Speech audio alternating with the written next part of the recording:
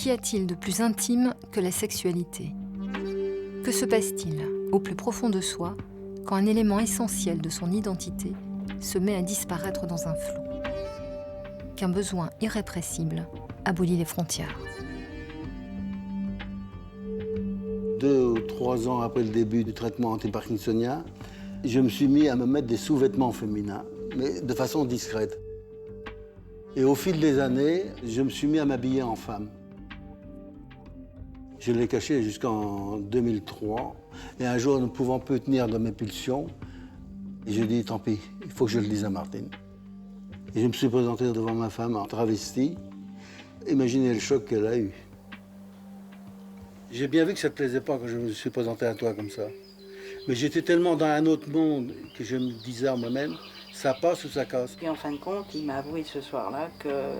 Mais je faisais des centaines de kilomètres tous les soirs. Il était habillé en femme dans la voiture et puis qu'il faisait des centaines de kilomètres la nuit. Il ne savait pas où il allait.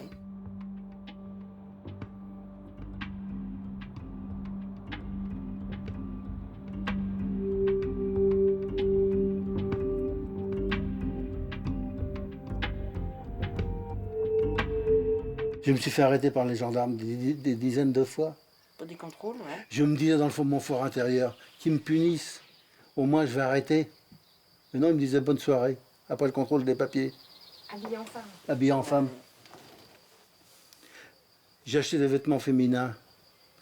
Pas de la gnognotte, de la bonne qualité, de la très haute qualité et tout. Une fois ma pulsion passée, j'avais honte, je jetais les vêtements à la poubelle sur le bord des parkings, la nuit. Tellement j'avais honte, je ne savais pas où me foutre. Mais c'est vrai que j'en ai pas parlé à mon médecin parce que je ne voyais pas le rapport. Par contre, mon médecin neurologue aurait dû se méfier parce qu'il me trouvait complètement épilé quand j'allais en consultation ou du rouge aux ongles, aux doigts de pied. Je pense quand même qu'elle aurait pu se dire il y a quelque chose qui ne va pas.